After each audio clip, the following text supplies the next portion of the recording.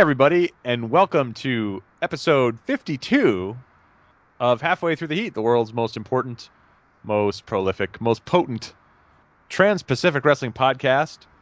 52 episodes, that means one full year of bringing you the finest in positive thoughts about Raw and other wrestling news, and in fact, this week is no exception. We're going to be talking about Raw. We're going to be talking about some a political campaign decision time for a wrestler turned political candidate. Be talking about some title news on SmackDown.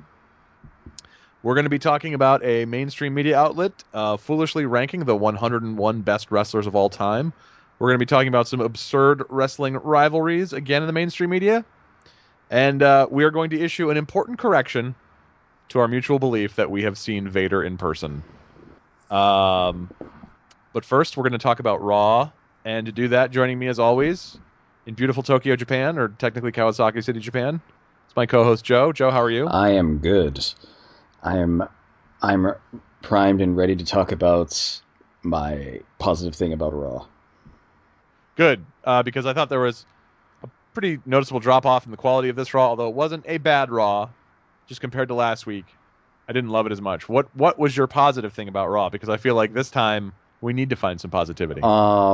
Obviously it was the Shining Stars getting the win. To no reaction. Yeah. They are my God, they're like a you might as well call them the library because the crowd is silent. Yeah, it's I don't know what they're gonna do with those guys. Like, I feel bad for them because, like, like they've basically been bouncing back and forth between like garbage gimmicks where, like, now we're the Matadors or something.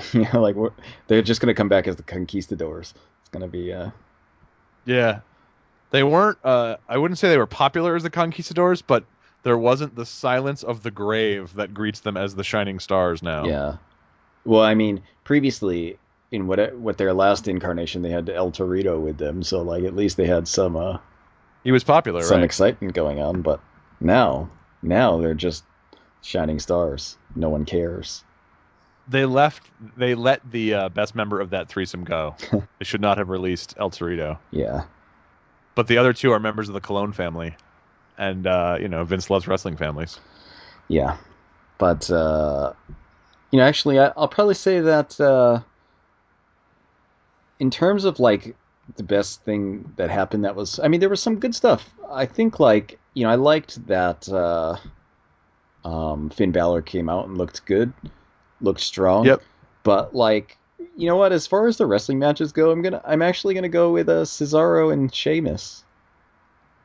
Oh, wow, interesting choice. That was a good It match. was a short match. I mean, it was short, but like, it was.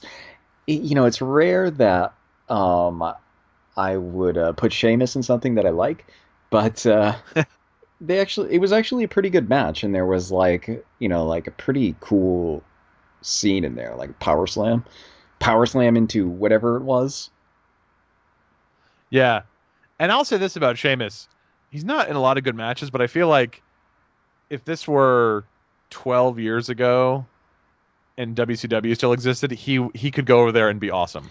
Yeah, that's the thing. Like, it makes you wish for the return of WCW, because, like, some people would definitely fit in better in that situation than the WWE. And Sheamus is definitely one of those guys. Like, he basically has nothing to do and nowhere to go in WWE. He's like, no matter what he does, no one's gonna like him.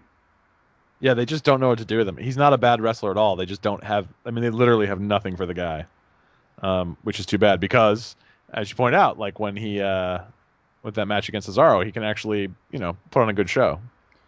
Yeah, and I just think, he's there, and he has potential to be something like much better than he is. It's just, like, I think no one is ever going to accept him as that, just I agree. because of the way he's been used forever. And he's like, how many times has he been the world champion? Like, I know, and he's a guy who gets no rub from being the world champion. yeah, it's weird. It's just like it's like it doesn't matter. Like, he was the world champion in recent memory, like, Yes. a few months ago.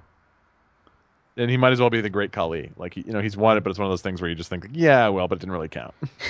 Yeah, but it's like, that last one you could be like, well, it didn't really count because it was like he was the champion for like a month. But he, previously he was the champion, like years back. Yes. No, yeah, absolutely. Like, I don't know why. The same kind of thing with Alberto Del Rio. I feel like they've just never quite know. And these are both really talented guys. They've just never known quite what to do with them. I feel like Alberto Del Rio is going to show back up on Lucha Underground in a season or two. Yeah, I was gonna say. I saw him on indie shows a bunch of times after his release. I'm looking forward to seeing him come back. I can go back to liking Alberto Del Rio. That's right. Yeah, because he's great when he's not in WWE. That's really weird because like um previously, if you go back and listen to some previous podcasts when he's on Lucha Underground, I'm like talking about how much I really like Alberto Del Rio, how great he is. And then like now I don't give a crap. It's just like whatever. No. Alberto Del Rio. Second he goes back to Alberto El Patron, I'm gonna be be all over that Alberto Del Rio action. Um, but yeah, I think like something about the way WWE works just doesn't work for him. I don't know what it is, but it just doesn't work. I agree. And I guess like there was rumors that he's unhappy about it being in the WWE now, so he's probably going to leave in October when his contract is up. Although he is dating Paige, so maybe he wants to stick around for that. Maybe that's true. Maybe not though. Maybe not. You never know. Um, my positive thing for Raw was actually the return of Jinder Mahal. Now, I'm not a huge Jinder Mahal fan or anything. I don't dislike Jinder Mahal. I'm just not a huge fan. What I liked about it, though, was it was a genuine surprise. And I like that they're kind of committed to doing things that are unexpected on Raw. Because for too long, Raw was just so predictable. You never saw anything that really took you off guard. Even like a small thing like Jinder Mahal coming back and getting the win over Heath Slater. And by the way, I don't know who Heath Slater upset or offended in the WWE, but whoever it is hates him and has a lot of power. Um, but it was just nice to be like caught off guard and surprised by something on Raw. So I was happy to see that they're still able to do that. And even though this week was not quite as spectacular as the previous week, I was glad to be caught off guard and looking forward to more of that. Maybe more consequential surprises. Was there a who did Nia Jax fight? Local competitor? Someone you recognized? Yeah. No, I didn't recognize. Same thing with Brang Strongman. Brang Strongman fought local competitor, but the local competitor actually had some talking though. But I liked that. I liked they did like the pre-interview where the guy kind of talked about why he was doing it and the return of the winner's purse essentially. The old that was a very 80s thing, and I thought like I kind of like that. Me too. Yeah, I mean, like if you're gonna have squash matches, you might as well like the guy's not gonna get any offense. You might as well give him some mic time if he can talk. That also sort of adds to it too, because like you come out and you think like, oh, this guy just he wants to make money. He doesn't seem like a bad guy, and then it sort of adds to your sympathy when Strowman comes out and destroys him. Yeah, and then predictably he was destroyed. He was destroyed. But you can take this in a lot of different places. That's how X-Pac became popular, right? With the shock win over Razor Ramon. Yeah, when he was the 1-2-3 kid. Yeah, you can get a guy and you can build him up as this loser, and then he gets the shock win if he's good, and you can go places with it. That would be see, they should do that. I mean, probably not over Braun Strongman or whatever. No. But yeah, somebody. I mean, if they're going to commit to doing squash matches, that's a good way to build a real storyline from one. Or like, you have the cocky heel who only gets squash matches and he expects he's going to get fed some other chump, and then like somebody from NXT comes up to the main roster that way and destroys the heel, the shocked and terrified heel, when like, Mascaro Dorado comes up or something like that. Yeah, I mean, it would have to be somebody who people didn't know though.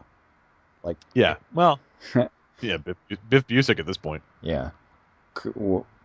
What is his NXT name? Oni Oni Lorcan. Lorcan. Oni Lorcan. Good old Oni Lorcan. Oh, Oni Lorcan.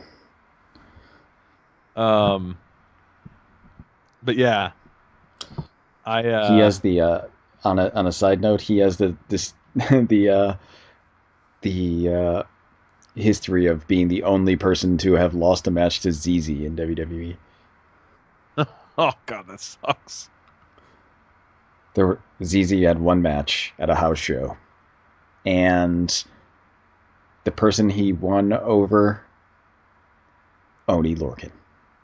Yeah, the Star Destroyer, Biff Busick. God. Well, you know what? Puts him in good with the company. He's willing to do the honors for someone. Doesn't really matter. By the way, as we're taping, the SmackDown is on. I have it on, although it's on mute. And someone asked me on Twitter if we were going to be doing a positive thing about SmackDown. We're not yet at that point, but I want to say that there was just an awesome. It was like a non-match. So Becky Lynch comes out and everyone's all hyped, and she's going to wrestle Eva Marie. Then Eva Marie comes out and has this long entrance, gets in the ring, and then tells the referee she hurt her leg and can't wrestle, and then leaves. I want to be honest. I like Eva Marie. I mean, she's not a good wrestler, but I love like what they've done with her as a heel. That sounds awesome, actually. If you have like a if you're someone that they hate anyway, they don't want to see, it's probably a good way to just make people angry. Yeah, exactly. Yeah, it's a smart way, and it's like, if you have someone who's constantly like begging off and can't fight and coming up with all these excuses, when they finally do get destroyed, you're going to be so happy. And it's not going to matter that it's like a 5-minute match where Becky Lynch just like completely walks over her, because all you want to see is this person who's been chickening out and making up bullshit excuses finally get their comeuppance. It's smart. It's smart booking if that's what they're doing. Who knows? But I liked it. To me, that was fun. Yeah, it would be hard to do a positive thing about SmackDown because it happens while we record. While we record, Like we'd have to do it at the end of the show. Yeah, we might actually do that. Who knows? Who knows? But anyway, that's my positive thing about SmackDown for this week. Eva Marie coming out with her long entrance and then pretending to have a leg injury. And now American Alpha is out, and they're going to wrestle the Vaudevillains. Well, that should be good. Yeah, what's his name? Simon Gotch, fresh after his locker room beatdown at the hands of Hunico. He got. Did you read any details on it? I heard like he might have got hit in the face with a full can of soda or something. Oh man, ouch! He'd been off TV for a little while, or like not featured, just like in those big crowd shots or something. Yeah, that's soda to the head is, if you've ever seen the movie Bad Boys with Sean Penn. Yeah, soda to the head right. never works out well. Or Maximum Overdrive. Oh, or Maximum Overdrive. That's true.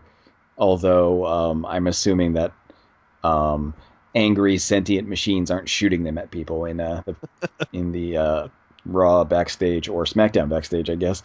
But angry sentient machine would be a better gimmick for Hunico than Sin Cara. Yeah.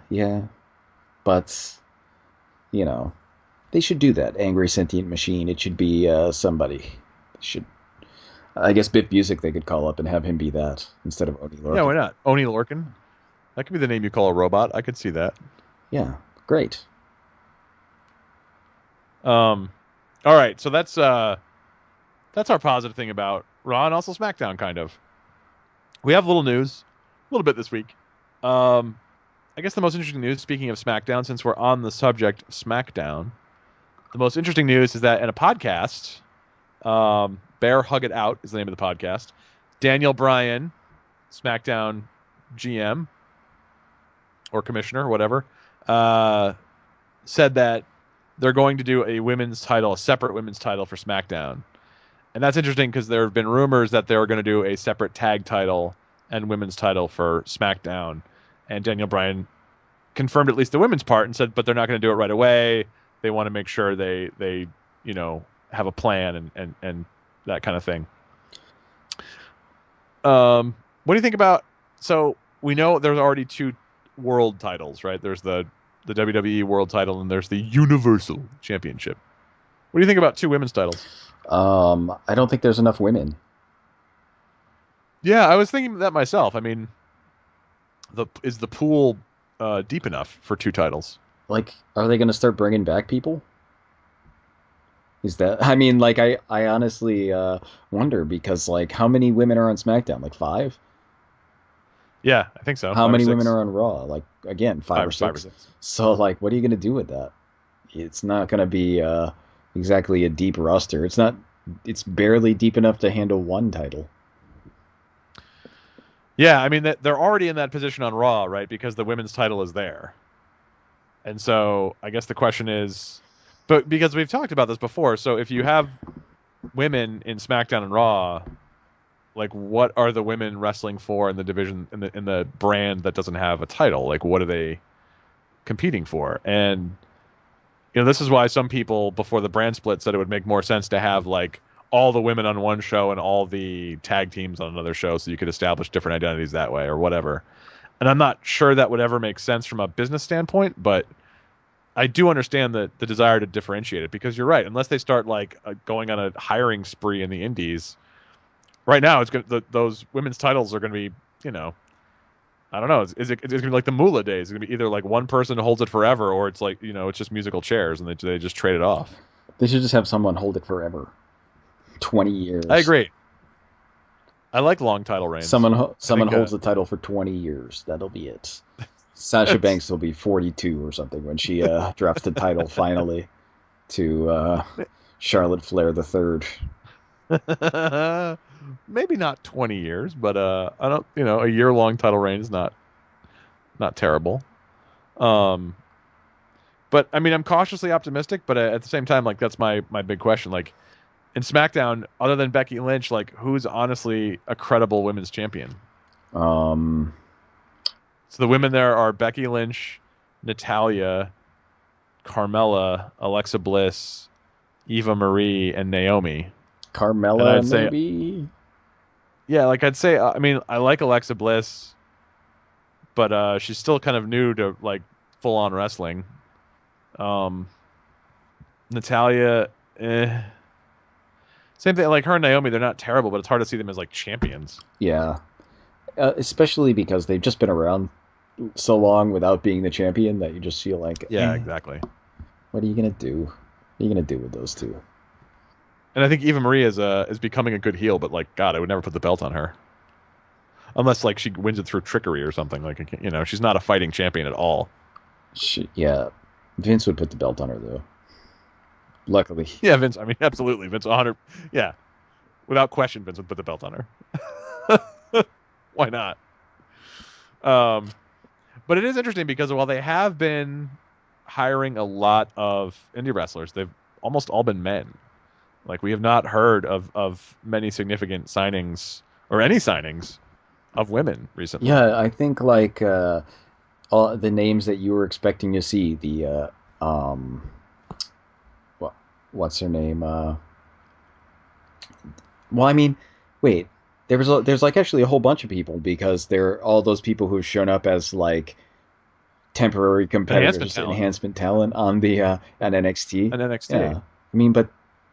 I mean, not even just they're not even like minor people though. They're like current champions and stuff have shown up. Like Yeah, that's um as enhancement talent. You'd figure like those people would get signed. You'd figure like anybody whose dad was a wrestler would be on there because right. Vince and you know Yeah, I any mean, of that. Paul Ellering is in NXT and his daughter's a wrestler Yeah, I mean, like, who was trained by Lance Storm. Like it just seems like a no-brainer. Or Santana Garrett, who was on NXT last week again, or Deonna Purrazzo, who's been on NXT a bunch of times. Like these are all good wrestlers, and they're all free agents basically.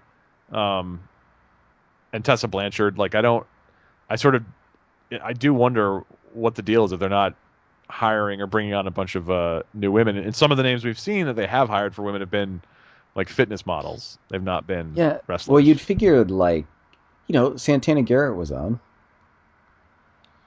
Yeah, and it's like I don't know what. Like, why wouldn't you sign her? She was like the Right. NWA Women's Champion at the time, and probably the champion of Shine or Shimmer or both or neither. Yeah, or like Stardom. She at one point was like approaching Ultimate Dragon levels, where she had like 4 or 5 titles at once. It was delightful. Um, and she's really good. Like that's the thing. I don't know what they're sort of waiting for, especially when they've seen the success they can have with Asuka, with someone who's just a good wrestler who happens to be a woman. Like I don't know why you see like, oh, we've and Bailey, same kind of thing. Like, all right, we've had a lot of success with people who are Bailey came from the indies too. And it's like, all right, we've been successful here. Why don't we see if we can get another Dana Brooke, which is like a 2-year project at minimum, as opposed to someone who can just come in the door and already know what to do. Yeah, it's weird. And Dana Brooke has gotten a lot better. She has gotten a lot better. Yes, she's still not great in the ring, but she's developed her character very well and has improved in the ring. And but again, she's been signed there for 2 years. Like Asuka was wrestling right after she arrived. She doesn't need she doesn't need to learn how to bump. Like you don't the learning curve to be a TV wrestler is so steep if you've never wrestled before in particular. Like and if you're I don't know, maybe they will. I mean, but so far we've seen them offer contracts to a lot of wrestlers in the indies and they've been dudes. I mean, they're all really good choices, but if you're going to have essentially 3 women's titles in the company, right? The NXT, SmackDown, and Raw, where are these wrestlers going to come from? Yeah, I honestly don't know. It's kind of hard to imagine like warranting a second title for 5 people or 6 people. Yeah, you're going to get bored of seeing the same matchups unless it's like a lot of squash matches and then they only have matchups at pay-per-views. Yeah, I don't know. I don't know what they're thinking, but maybe they have an actual plan. Who knows? They might. They might. And maybe in 2 months, the egg will be on our face as Santana Garrett wrestles Deonna Purrazzo on SmackDown. And then we'll say, well, I'm glad they listened to this podcast. That'll be it. But it'll probably be Tessa Blanchard also because Vince likes those generational wrestlers. That's the thing. You put her in a team with Charlotte Flair? Come on. Throw Rachel Ellering in there, even though Paul Ellering was obviously never a horseman or anything, but like get a bunch of second-generation women wrestlers. Vince loves that.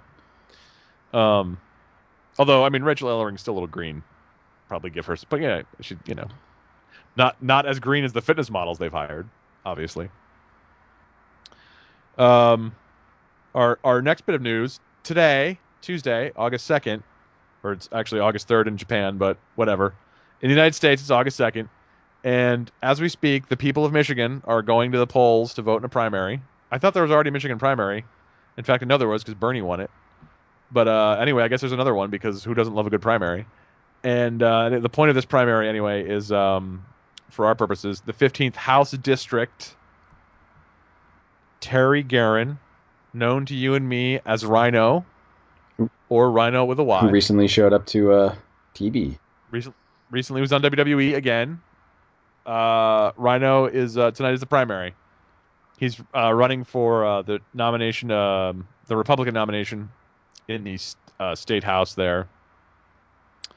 I was reading a little bit about the article.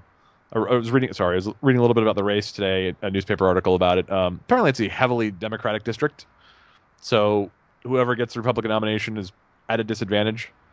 And one of the Democrats running is already like talking smack about Rhino, which is, careful with that, buddy. Careful. That guy's a former NWA and ECW World's Heavyweight Champion.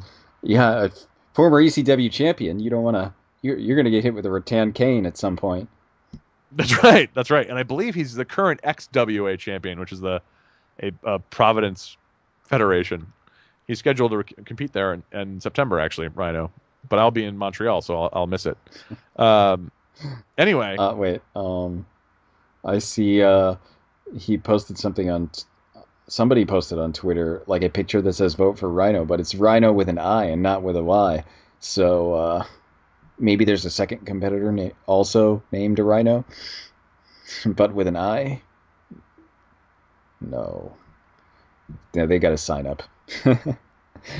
But it says vote for Rhino. but with an I. That's the ECW The Rhino, right? ECW Rhino. And I think the TNA Rhino.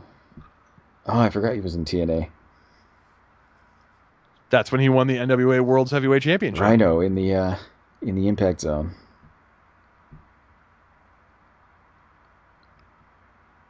So I mean, good luck, Rhino. He's it's a three-way race, a triple threat match, if you will, in the 15th House District for the Republican nomination. Good luck, Rhino. We'll be. I'll put it on the blog tomorrow if he wins or if he loses. Why not? But yeah. So that's wrestling and politics. That's all we have for news this week. But fortunately for us and for you, I hope we have a lot of other stuff to talk about. And one, I really want to mention this because we talked a couple weeks ago about seeing Big Van Vader at an indie show maybe 15 years ago and how it was pretty bad.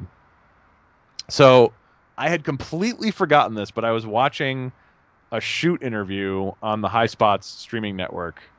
I think it was one of the developmentally speaking shoot interviews with Kurt Hawkins, aka Brian Myers, and he talked about in the northeastern United States in the late 90s and early 2000s there were all these like rip-off gimmicks, and he mentioned Big Slam Vader. Oh damn!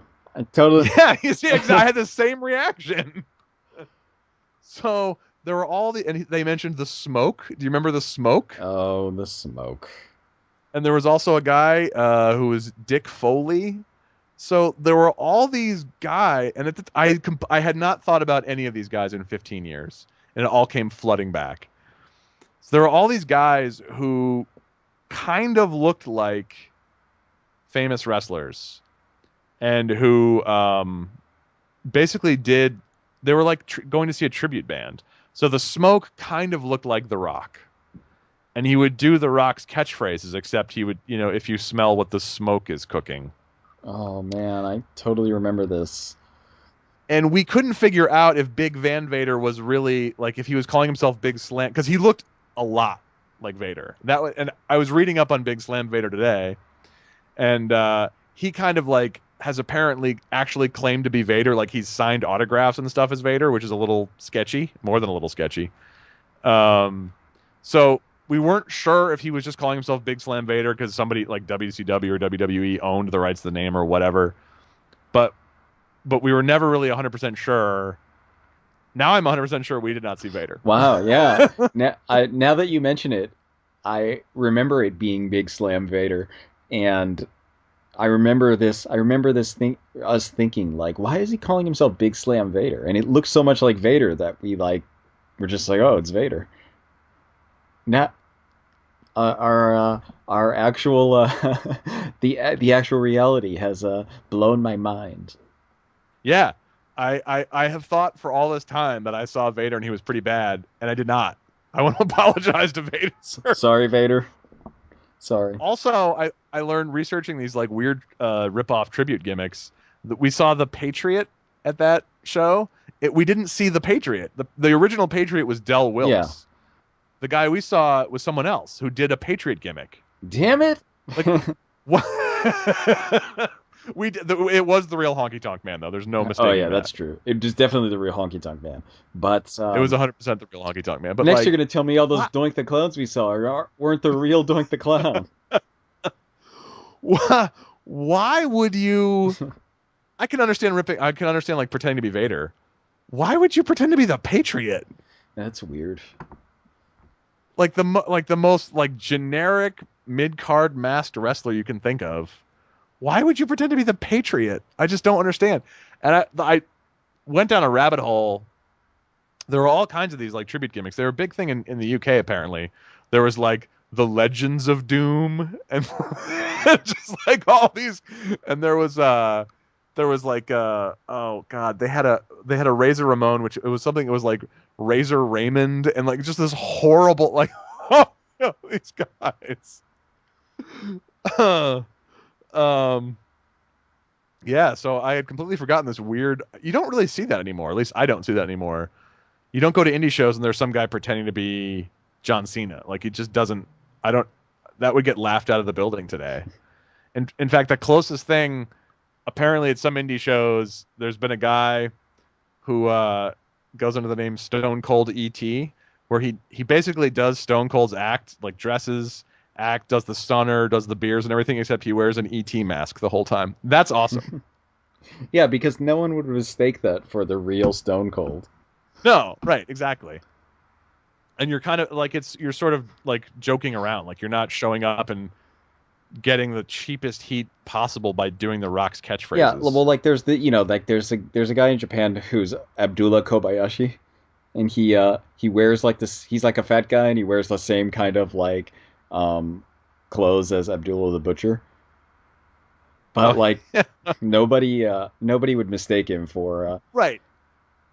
There's like a kind of parody wrestler that's Shinsuke Nakamura, who comes out to like Nakamura's theme and stuff, and he wears clothes, but they're obviously like cheap versions, like like the designs on the jacket and stuff. Like he'll make a jacket like that, but he'll just make it out of like a regular red jacket and cardboard taped on.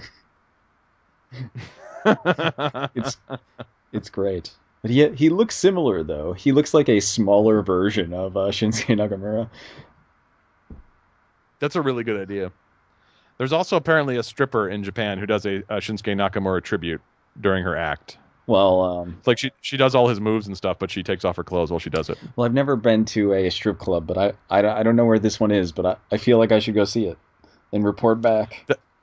Yeah, I've never been to a strip club either. You're learning a lot about us tonight. But I would definitely go to see a Shinsuke Nakamura tribute gimmick at a strip club.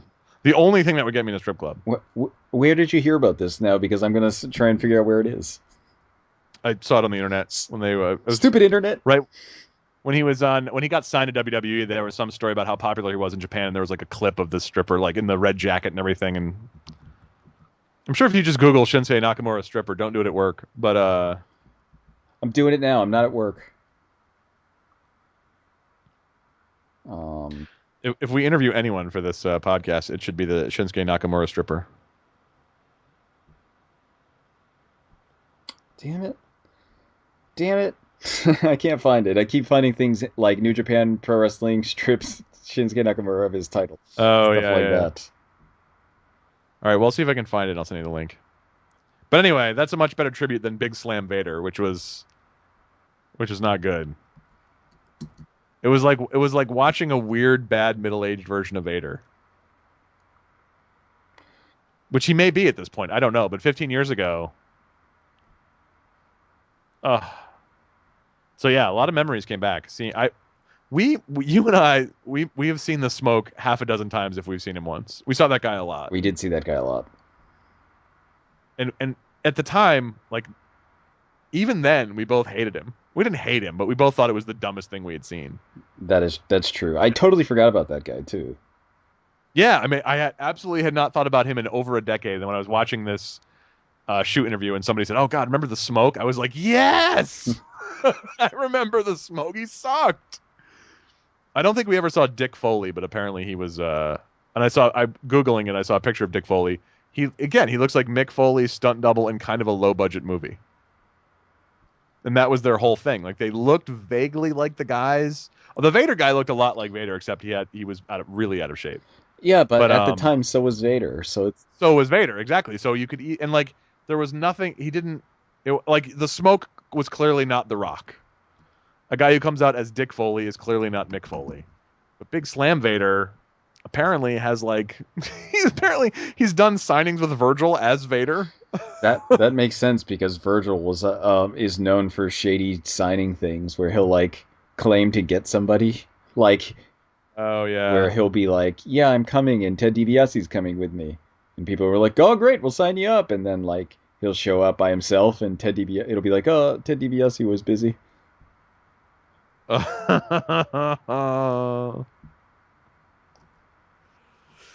Yeah, that people aren't gonna like that. I've read that that's common with NW. There was some guy who was impersonating NWO Sting. Again, not Sting. Remember the angle where there was like an NWO fake Sting? The guy was claiming to be that guy, but he wasn't even that guy. A fake Sting is what you're saying. Yeah, right. I mean, just so many levels of meta. Uh, Well, sorry to Big Van Vader. Sorry to Big Van Vader. Yeah, we've been in our memories and in our conversations with people, we've been pissing on Vader circa 2001 when really we should have been pissing on Big Slam Vader. Apparently, from what I've read, I don't know if this is true, but a lot of people online said that Vader doesn't care because wrestling everything is carny. Who gives a shit? But I don't know. The guy should really work harder to let people know he is not Big Van Vader. Yeah, like not signing himself as Big Van Vader. Yeah, that's right. That's right. That would help. All right, so I'm glad we've issued that important correction, and I'm glad I jogged your memory with Tales of the Smoke. Can't believe I forgot about the smoke. Um, but I want to go on to our next item, which is Sports Illustrated, the illustrious mainstream sports publication here in the United States, has they do actually some really good wrestling writing, but this was not that. They put out a list of the 101 best wrestlers of all time. And there's a link to it on closetofanxiety.tumblr.com. I also tweeted about it. It's pretty bad. Full of fury. Right. And so the first thing that acknowledges that the whole point of these lists is to make nerds mad and who will then pass it on and say this is outrageous. And so you get cheap clickbait that way. The second thing to say is I am a nerd and I am mad. This is a terrible list. The 101st wrestler, best wrestler of all time, according to them, is The Miz. Come on. That seems very unlikely. And it's one of those things where like there are 5 luchadors on the list. Like you really like just say the 101 best wrestlers from the United States and Canada. And there's like maybe like 7 or 8 Japanese wrestlers. Like clearly you're not like this is just this weird tokenism exercise. Yeah, it's really strange. It's also full of like weird mistakes. Like they mistake Kenta with Kenta Kobayashi. That's a big mistake. That's a big mistake. Those are 2 different people. And like just weird, things like he says the it's all written by one guy who says that Gorgeous George, for example, started wrestling in the 50s. I mean, I know that I'm like the world's like biggest Gorgeous George pedant, but like he was his career was almost over he died in 1961. Like I mean, like he started wrestling in the 30s. It seems like an important point to note that that's when his career started. And there's all kinds of things too. The author's name is here I have it in front of me. It's weird to look at this list because you're looking through like I'm looking through it and I think like is Kane a better wrestler than the Blue Demon? Yeah, or right. Davey Boy Smith even? Frank Gotch. Yeah, Kane totally better than Michael Hayes and Shinsuke Nakamura. Yeah. It's the writer's name is Luke Winkie. And clearly knows about wrestling, but maybe not enough to put together a list like this. You know who's a better wrestler than Seth Rollins? China. Yeah. Yeah, Kane is a better wrestler than Ed Strangler Lewis. The thing is, You know who Abdullah the Butcher is a better wrestler than? Kevin Von Erich. That's right. But you know who's better than both of those guys? Fabulous Moolah. Fabulous Moolah and the Ultimate Warrior. Fabulous Moolah. This is what Luke Winkie says about her. Like you, I've heard the horror stories about how the Fabulous Moolah treated other younger female wrestlers. She was a pimp. He didn't say that, but she was. But she did hold a belt for 30 years. If I'm going to include Sammartino, I have to give her credit too. I don't feel great about it, but I can't not, right? You actually don't have to because she held the belt because she literally owned it. Yeah. That's not a metaphor. She was the legal owner of the belt. Like that's not an accomplishment. Yeah, she paid money. Yeah, she bought it and then kept it. That's like that's like giving you credit for making a meal when you buy takeout. Like it's not the same thing. That's just one of the things that's wrong with this list. I mean, part of it too is the notion of a list like this is sort of is a problem because there's all kinds of wrestlers who there's literally no footage of. Like nobody knows what Frank Gotch was like as a wrestler. We just have newspaper articles about it. Like there was no footage at the time, and even like Nick Bockwinkel, there's really not much footage left. Yeah, like it's hard to judge. Yeah, it's weird looking at this list because how do you justify Vader being a better wrestler than say Terry Funk, right, or Nick Bockwinkel, right, or Tatsumi Fujinami is like a million times better wrestler than Vader, but he's like way lower on the list. Right, or Goldust is a better wrestler than Vern Gagne.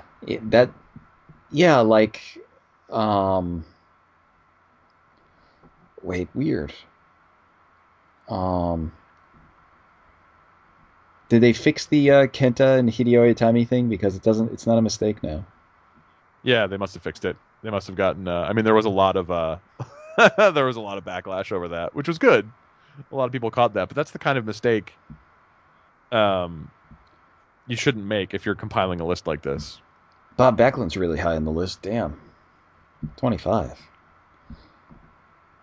Yeah, I mean, you really should. Lists like this are, you could say a list of the 101 best wrestlers who had, substantial careers in the United States. Yeah, well, right? Yeah, because, if you have Shinsuke Nakamura on the list at 90, and then you have Daniel Bryan at 21, if you're iffy about putting Nakamura that high because he's still wrestling, Daniel Bryan has had a shorter career. Right. How does he make 21? Because he's retired? Right. Yeah, I mean, it doesn't, it's so hard to judge, especially it's so hard to judge guys who most of their career was in Japan or Mexico or Britain or wherever. It's hard to because you could do 100 greatest wrestlers in Japan, 100 greatest wrestlers in Mexico. It sort of doesn't make sense to combine the lists this way unless you're going to say these are the best wrestlers who did most of their career in the United States. That way, Great Muta makes sense, but then you don't have to really worry about getting too deep into the Japanese roster. Or El Santo makes sense because he was so famous in the U.S. Or Rey Mysterio, obviously, but guys who were Perro Aguayo, who were mainly just stars in Mexico, you don't have to worry about not including them. Just saying these are the 101 best wrestlers of all time. I know it's clickbait, and I completely fell for it, but it's just so frustrating because there's all these token nods at history, oh, we got to put someone from the old days there, Frank Gotch. Yeah. Why though? Why not the Great Gama? Why not George Hackenschmidt? Why are you just picking a name out of a hat? Why not Farmer Burns? It's just one of those things where it tries to be comprehensive, and in doing so reveals how shallow it is. Yeah. Well, if you look at the top 10, it's it's just a list of popular wrestlers. Yeah, and I honestly don't have a huge problem with the top 10, just because in terms of The Undertaker is number 5. wrestling, The Undertaker. I have a problem with that. It should be Macho Man. I would swap out the Undertaker for Macho Man, who's number 11. But the only objective measure of a great quote unquote wrestler is box office. So by that measure, your top 4 or 5 should be Hogan, Stone Cold, The Rock, Cena, maybe. Maybe Cena, Goldberg, maybe Andre. The top 10 makes sense. Ric Flair. The top 10 is sort of they're number 1, by the way. If you don't want to look at the list, their number 1 is Ric Flair. Which absolutely I have no problem with. Well, the thing with this is it's hard to understand what the metric is, because right. Is it because people are good wrestlers? Because if that's the metric, then fucking Stone Cold and The Rock and The Undertaker are going to be way lower, because they're not particularly great wrestlers. They're just characters that are good. I mean, Hulk Hogan would be really a lot lower if that was the metric. But but then is it how popular they were? Because again, if that's the metric, then so many more of these guys are going to be off the list entirely. Right, yeah. If the metric is popularity, why is Bruno Sammartino at 30? Yeah, why is Harley Race at 14? Yeah, or CM Punk is at 31. CM Punk drew a lot of money and was a hugely popular wrestler. Yeah, if the metric is popularity, then like some of these guys really don't belong on the list at all. Maybe. Yeah, but then like, well, if it's not that, then like, is it like the money they draw? Because like, again, Yeah. Then again, Bruno should be in the top 10 or at least the top 15. And again, like I am not a fan of Bruno's wrestling at all. Like his matches are boring. He was not a, but he was a huge draw in the biggest market in the country for many many years. I mean, like he was a draw at Shea Stadium and they didn't sell it out, but like to get 40,000 people to come to see a wrestling match was a big deal back then. Like Bruno could sell out Madison Square Garden. If it's drawing money or popularity, Bruno should be at least top yeah, 15. and I feel, you know what? This is gonna sound weird, but like, if like looking at this list and you look over the like I there's got to be some kind of metric that involves like wrestling skill and popularity and other stuff, money draw. I mean, maybe it's all of those things, but like if it is, like it's totally a like kind of a whacked list because like it doesn't really seem to fit any type of pattern beyond like these are wrestlers I know and have seen before or Right. have Or have heard have of. heard of. Yeah, because like I'm sure this dude is not like a big Ricky Dozan fan who's like hunting down Yeah. Right. tapes from the 50s of Japanese wrestling. Um, Right. Yeah. Exactly. but it's the kind of thing where you know, and like depending on the metric here, like I mean, and it sounds stupid to like, but looking at this list and like I'd say like someone like Kevin Nash is like a totally big omission.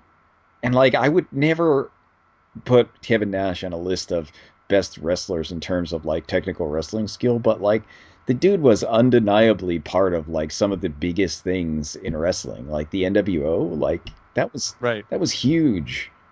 And like, if you're gonna put China on the list at 79, like, and Kevin Nash is not on the list at all, like, and like, this is coming from us who had like a segment like Yeah. Making making fun of fun of Kevin Kevin Nash. Nash. It's not like we're oh he is on the list. Kevin Nash is on the list. He's at 91. But like even then, like Is right. Yeah. There we go. Yeah. I mean, like there are omissions and things where you just think the order is all out of whack. And honestly, I don't think there's a metric so much as it's this guy just like spitballing. yeah, but like if you're gonna put Kevin Nash on the list, you have to put Razor Ramon on the list there. Scott Hall has to be Yeah. on there. Yeah. Um, Yeah. but he's not. And like really, if you're talking about wrestlers like wrestling skill, Scott Hall is going to be way above Kevin Nash. And Right. like it's the kind of thing where like, but when you're looking at this, like on what metric could Kevin Nash be at 91 and China be at 78 or 79 or wherever she is? Like, could you think of any like even the all of the metrics we've listed, like okay, money draw. Do you think Kevin Nash drew more money than China? Right. Yeah. I mean, in Definitely. terms of popularity, do you think Kevin Nash is more popular than China? Yeah, and I mean China was legitimately popular, but Nash was one of the biggest names in wrestling when it was at its most popular. Yeah, that's the thing. Like, even now, people will argue that Kevin Nash was great. He's coming to Blitzkrieg Pro in Enfield next month, and I'm I'm totally gonna go, and I'm gonna get an autograph for a friend, and I'm gonna find a way to ask the question about whether or not he has any good matches in a way that doesn't make him want to punch me. I'm gonna try to phrase it like for our own show. I'm gonna try to phrase it like I've got a friend who says like he doesn't like your matches. Like what match should I show him to just shut him up and show him that Kevin Nash is a really good wrestler, something like that. Because if Kevin Nash can't come up with anything, then I give up. Kevin Nash can't come up with a match. It's like, oh, I don't know, man. Maybe you should watch Batch at the Beach. Anything about Batch at the Beach. But like, Uh, the list is because it, the list is out of whack when Mike Quackenbush is at 78 and Seth Rollins is at 80. Or like even like someone like Michael Hayes is 88 and Mike Quackenbush is 78. Like, come on, seriously? yeah. Well, and like just the like if you're gonna throw history stuff in there, you should actually know about history. Like Buddy Rogers is 23, which is too high, but he says outside of the really old stuff like George Hackenschmidt, Buddy Rogers was kind of the first guy. Yeah, I mean, like, again, I know I'm the world's most annoying Gorgeous George pedant, but like, Gorgeous George was literally the most popular wrestler who ever lived in the 1940s and 50s. He was making more money than the most highly paid baseball player. He was a huge star. He was in movies. He like did stuff with Bob Hope. He was an enormous, enormous star. Buddy Rogers was not the first guy, quote unquote. And also Gorgeous George was at a time when there were a ton of popular wrestlers like Lou Thez and a young Vern Gagne and all these dudes who were there right when TV started in the late 40s and early 50s. It's just so ahistorical to be like, oh yeah, Buddy Rogers, who like wrestled in the 60s. He was the first like real modern wrestler. I hate that stuff. Yeah, that's it's really yeah, it's just really strange. Like And it's just like yeah, Edge is number 24. yeah. Edge is in the top 25 best wrestlers of all time. Yeah, I know. When you look at this list, it's like such a horrifying list because like, some of the stuff in here are, like some I agree with some of the people in the list. I just think like almost nobody is at the right number. So like when you're like, "Oh, you know, Trish Stratus is at 66. Trish Stratus better than El Hijo del Santo Yeah, that's right. Yeah. on any metric, is that true?" Yeah, I mean, yeah, not even money probably when you consider all the money that El Hijo del Santo made in Mexico. Yeah, but like Trish Stratus is like 20 points above Shinsuke Nakamura. That's right. Like Yes. she's like 20 points above Lita. That really makes no sense. And Trish Stratus better than Pedro Morales? yeah, Trish Stratus better than JBL. I mean, come on. Like I know there's going to be, you can't make a list that everyone's going to love, but you can do better than this. Like if you were seriously, if you were making a list of 101 best wrestlers, would Trish Stratus even make it into the top 250? No. Would she make it into the top No. 500? Would she make if this were the PWI 500? Would she even be on the list? She'd be on my list of top 100 women wrestlers, but that's a much smaller pool to draw from. Yeah, but she would be like number 84 or something. Yeah, she would not be very high. I mean, again, like this is not like us dumping on Trish Stratus. It's just like she's totally out of place here. Yeah, I mean, it's a really, and she's really high. That's the thing on the list. Like she's one spot above Dean Malenko, the man of a thousand holds. right. Tom. She's ahead of Kevin Von Erich, Yeah, Gene Kaniski. I mean, come on. Um, it's weird. Like the placement is weird because like when you're making these top lists, you have to justify like why this person is better than the other person above them. So like, is Larry Zbyszko better than Ultimo Dragon? Maybe, but right. like Again, it's one of those weird. It's just it's like what metric are you talking about? Because like yeah, I could see Zbyszko being better than Ultimo Dragon in on some types of things, but like not as a sure. wrestling, not straight up a wrestling match. But like as far as of like getting heat from the crowd, Larry Zbyszko is top notch. But like you know, uh, I don't think like he, if I were to make let's say like if I were making a list of top 101 wrestlers, Larry Zbyszko would probably make the list. I like Larry Zbyszko. I think he's a good wrestler, and I think like he is a good kind of wrestling talent. But like, come on, It's one of those things where so many of these comparisons are apples to oranges. yeah, Where even in something where there's like a clearly agreed upon stats. Oh, Rhino's on TV. Rhino's on a live TV show when he should be running for office. It's his primary night, and Rhino just gored Heath Slater. God bless him. Anyway, the with wrestling, it's so hard to make apples to apples comparisons. Even in something like baseball or a sport where there are like tons and tons of stats, it's really hard to make that. Because like, do you say that is Babe Ruth a better baseball player than Willie Mays? Like, well, I don't know. How do you make that decision? Because there's ultimately more that goes into it than just stats, yeah, and also stats are kind of hard to compare across eras. And in wrestling, it's impossible because stats are meaningless. Like wins and losses, totally meaningless. So like, how do you say that Ed Strangler Lewis was not as good a wrestler as Edge. In terms of like pure wrestling, Edge Strangler Lewis could kill Edge because Edge Strangler Lewis came out of it when like there were a lot of the matches were shoots and he knew how to really wrestle. But in terms of like being a TV star, Edge Strangler Lewis would have no idea what the hell to do. He wouldn't even know where the hard camera was. And again, I mean, like he made his career in an era before television, like so it's just not a. There's no way to make that comparison, I think. Oh, weird. Like, here's another thing. Like, Shinsuke Nakamura is at 90 or so, and Hideo Itami is at 34. And, like, I think this is, like, probably due to the mistake where, like, if you wanted to add Kenta Kobashi as number 34, like, I'd be like, okay, that's probably reasonable. The dude who did the Burning Hammer 7 times in his career, he definitely deserves to be on the list. Like, Yes. Kenta Kobashi should be on, but Hideo Itami at 34, like, dude has been injured more than he's been wrestling. Like, I know. Yeah. Like it's and like in this thing, it's like he mentions literally one match. Kenta Kobashi, Hideo Itami versus Daniel Bryan. You won't be disappointed. Yeah, but is that greatest wrestlers of all time worthy? Right. Like, he's gonna be better than Rey Mysterio? Right. And I mean, like, yeah, absolutely. It's one of those things. Like he's better than the Great Muta. Really? Yeah, I know. Like, I don't even think Hideo Itami would claim he was better than the Great Muta. No.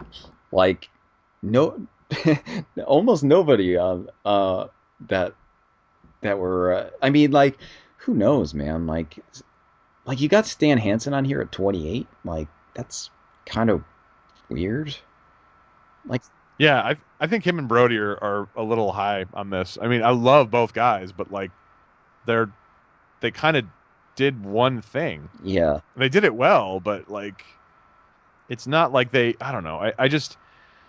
I feel like you really have to drill down more than just best wrestlers. Like you could say, all right, give me a list of the top 20 guys who never held a world championship, right? Yeah. That's a much easier thing to assemble. Or give me a list of the best, 25 non-American wrestlers who held major titles in the U.S. Or give me a list of the best 25 wrestlers who competed before television. Things like that. That's much more doable. I don't know that Sports Illustrated would ever want to get down to that level of detail, obviously, but to come up with just like a list of here's the 101 best and the Miz is on it, like it just doesn't make any sense. Yeah, and you're like, know who's the 17th best wrestler of all time? Randy Orton. Yeah, I mean, like, how could you even justify that? Even if like you're the world's biggest Randy Orton fan, you're just like, Randy Orton, his career has totally been better than even Kurt Angle, who was one spot above him. Like, what? How better than Triple H? Better than better than Brock Lesnar. Brock Lesnar, who was a UFC champion. Better than Antonio Inoki, who permanently damaged Muhammad Ali's legs. Yeah, I mean, like, I don't have the anti Randy Orton sentiment that a lot of people do, but he's not better than Ricky the Dragon Steamboat by any measure. Yeah, it's not in terms of wrestling, not in terms of charisma, not in terms of drawing money. Like, I just don't understand that at all.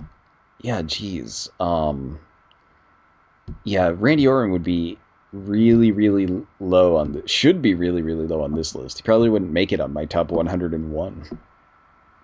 No, I don't think so. And again, like, this is not to piss on Randy Orton. I don't think he's terrible at all. Like, he belongs on television. He's really good at what he does. But if you told me, come up with a list of 101 wrestlers who are the best, I don't know if Randy Orton makes that list. Does Randy Orton beat Cowboy Bob Orton even? Like, that's Yes, he does. Yeah. In my book, yes. So, but he's not top 20. That's for sure. If he makes my list, he's toward the back. He beats Barry O. Yes, he does beat Barry O. Yeah, Barry O would probably not be on my list. Barry O would not make the list. And also the list sort of, because it just focuses on wrestlers, it shortchanges guys like Bobby Heenan. Yeah, who's not on the list. Bobby Heenan should be on the list. Who was a wrestler, who wrestled. I mean, like, and who as a manager, like bumped like a pinball.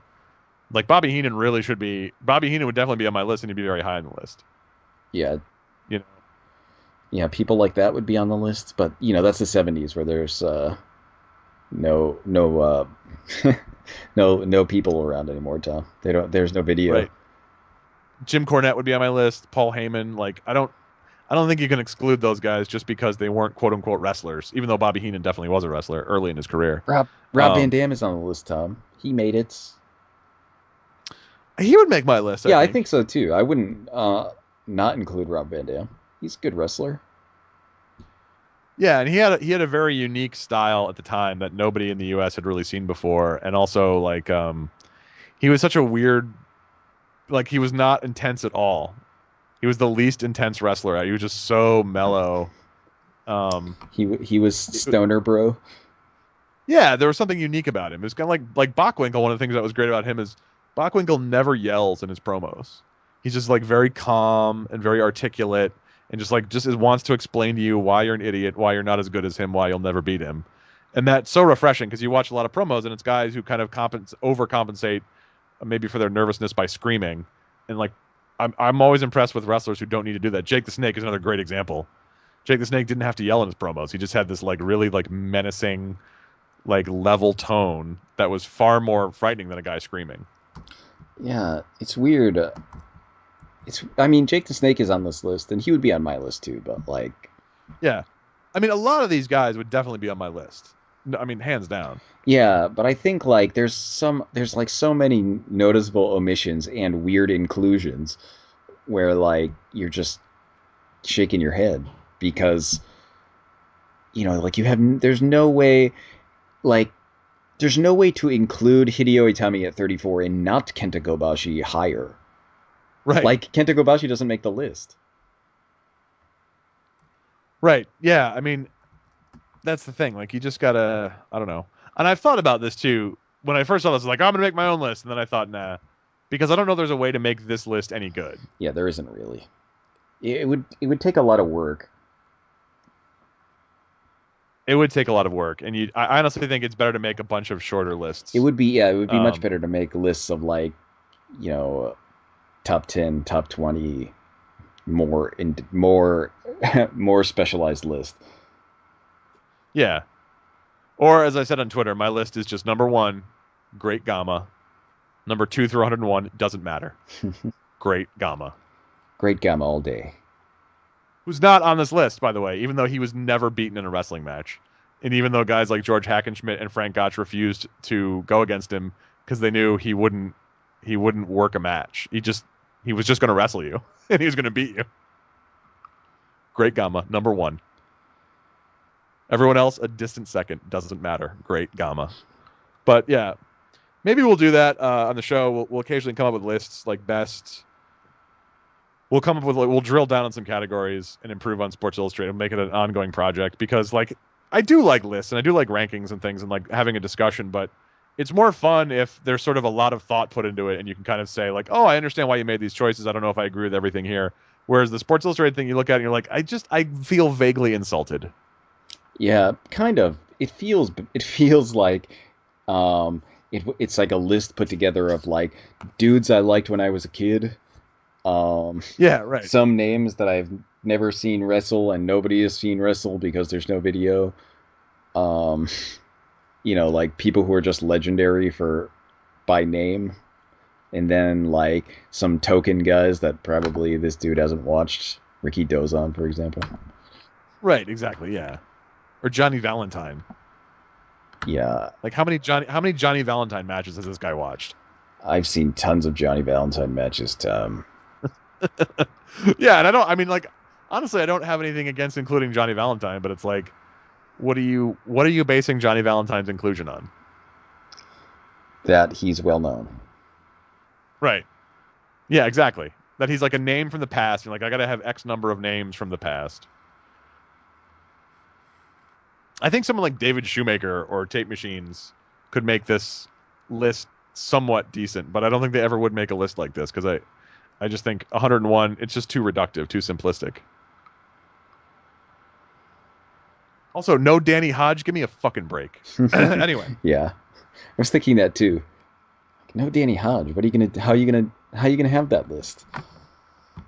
Yeah, like the NCAA like best wrestler in the country trophy is the Danny Hodge trophy. I mean, he was like a legitimate. If you're talking about like legitimate wrestling ability, he in his entire college career, he was never taken off his feet.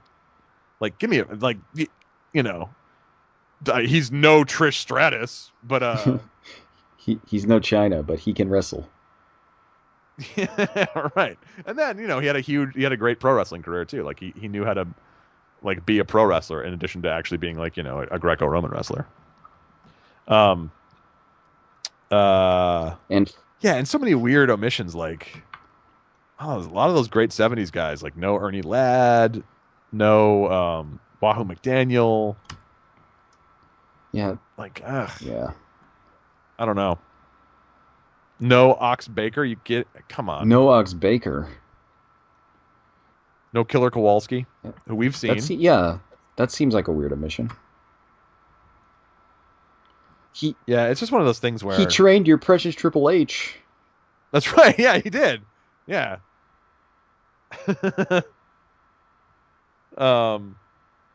anyway, that's a list. It's linked on Closet of Anxiety if you want to go and make yourself angry, and maybe we'll do some lists. Speaking of lists, our next item for the podcast is Paste Magazine, which did a better job at this, I think.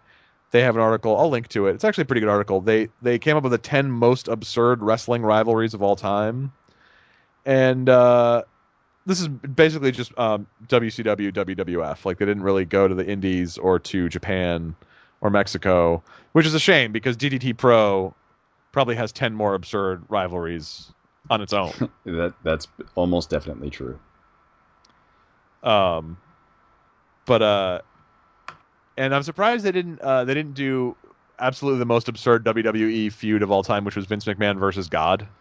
Oh yeah, but yeah, I remember that. Maybe they just wanted to forget it. I can't believe they didn't include the Ultimate Warrior versus Papa Shango. Yeah, or the Ultimate Warrior versus Hogan in WCW. Oh jeez, yeah. Or Vince McMahon versus Trump. You would think that was low hanging fruit in an election year like this. Yeah, that wasn't on there. You'd think, but nope. So their lists. It's not a terrible list. It's a lot of wrestle crap stuff. Hulk Hogan versus Dungeon of Doom. That was pretty absurd. I mean, it was a kind of a sort of an 80s style feud just happening in the 90s. It was just, if that feud had happened in the 80s, I think it would be remembered fondly today. But it was just too long past its sell-by date. And people didn't like that kind of cartoonish stuff It was anymore. Goofy, though. I mean... Yeah, it was goofy. I mean, if you've seen the clip of like Hogan like waking up in the actual Dungeon of Doom, "There's no Hulkamaniacs here" clip, it's goofy. It's delightful though. It is. I mean, I can watch it now and have a lot of camp fun at it, but at the time it was probably pretty frustrating. Al Snow versus Big Boss Man. This is the one where Big Boss Man killed Al Snow's dog and fed it to him. And honestly, I think this one people always talk about this as the worst Big Boss Man feud, but I'm glad later on the list they used the one that I always bring up as the worst Big Boss Man feud, but we'll get to that. I can't believe, like, if they're going to include stuff from this era, they should have, instead of including this one, because they have the other Big Boss Man match in there, they should have included the Mae Young and oh god, the Mae Young baby. Yeah, with Hand. Yeah. Ugh. I mean, that wasn't a feud, I guess. No, it wasn't. But I'm sure she was feuding with someone at the time, wasn't she? Like, maybe it was, I don't know. Who knows? I'm trying to block a lot of that out. Sting versus the Black Scorpion, which is kind of a classic bad early 90s WCW thing where they built this storyline around this mysterious tormentor known as the Black Scorpion and had you like guessing at his identity. But they didn't, when they started, this is so perfect for WCW then, when they started the angle, they literally didn't know who it was. Ole Anderson, who was booking it, was just like, well, we'll think of something. And then when it came time to do it, they couldn't think of anything, so they just had it turned out Ric Flair was a Black Scorpion. It's just the stupidest. Like, why would you start that without knowing what the ending was? But yeah, it was bad. It was pretty bad. Yeah, it's Perry. Oh man, this Perry Saturn and Raven thing is, yeah. This one, I remember this watching it at the time. This was like 2002, I think. And so Perry Saturn, he injured someone during a match. It wasn't his fault or anything, but Perry Saturn was like a stiff guy, and he hurt a wrestler. And so to like punish him, they gave him an angle where he hit his head and fell in love with a mop that he named Moppy. And he broke up with his storyline girlfriend, Terry Runnels, to fall in love with this mop, and so she took up with Raven, and they kidnapped the mop and put it in a wood chipper. Yes. Yeah. It was so bad. When you think about like what Perry Saturn had been in ECW. Yeah, geez. Like the change between that, even what he was in WCW, like, yeah, he was awesome in WCW. He had a lot of good matches. Yeah. But as far as the four guys who went to WWF from WCW at the same time, there, the New Radicals. That's right. They Perry Saturn got the shortest end of the stick there. Yeah, 100%. The rest of them all like went on to greater or lesser degrees of stardom, but Perry Saturn just kind of went on to being released and drug addiction. Yes, after feuding with a mop, after falling in love with a mop and feuding with Raven. The next feud they had was Chavo Guerrero versus Hornswoggle, which I have no memory of. I was not watching wrestling in this period, but it sounds horrible. I don't know.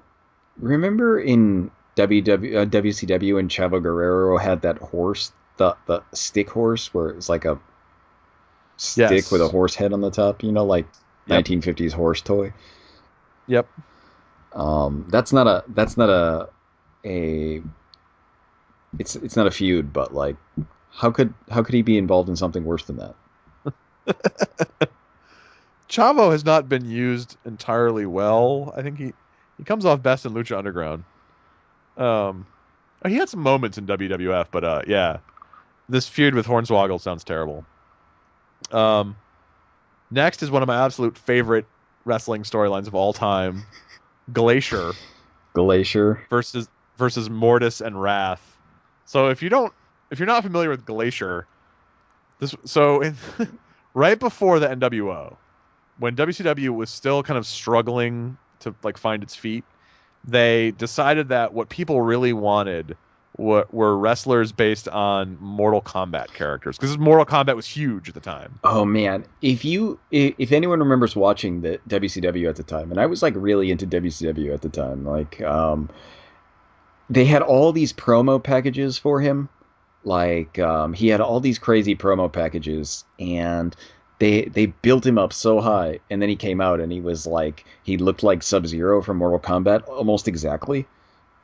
And nobody liked it. Everyone was just like, what the hell? Is this the guy you've been building up? Because he's just basically more Sub-Zero. And it was awful. I mean, he disappeared pretty quickly.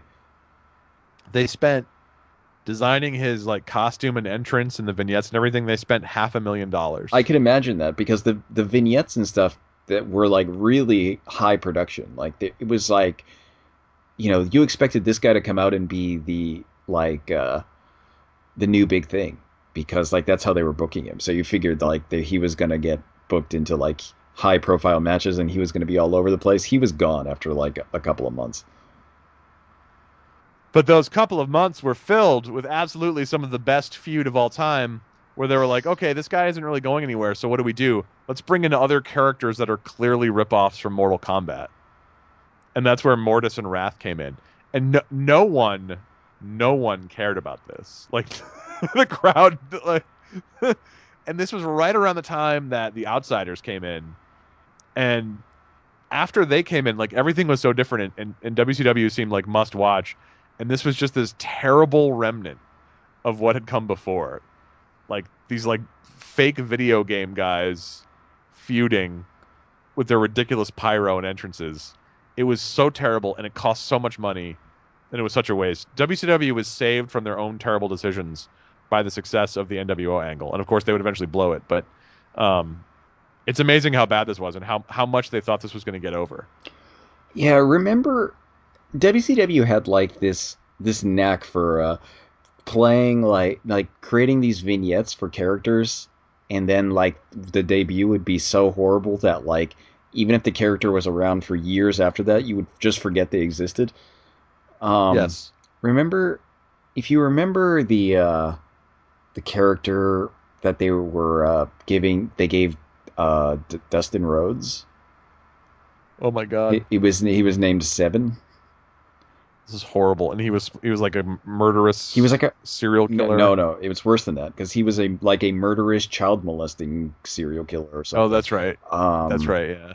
and like they built it up for weeks with these like vignettes, and then like I guess like they just realized that it wasn't going to work because when he came out his first night, it just Dustin Rhodes was like, "I'm not doing this garbage," and he threw out the hat and was like, "Look at this! They got me in this makeup, and I'm not doing this crap. I'm just going to come out and I'm going to be Dustin Rhodes."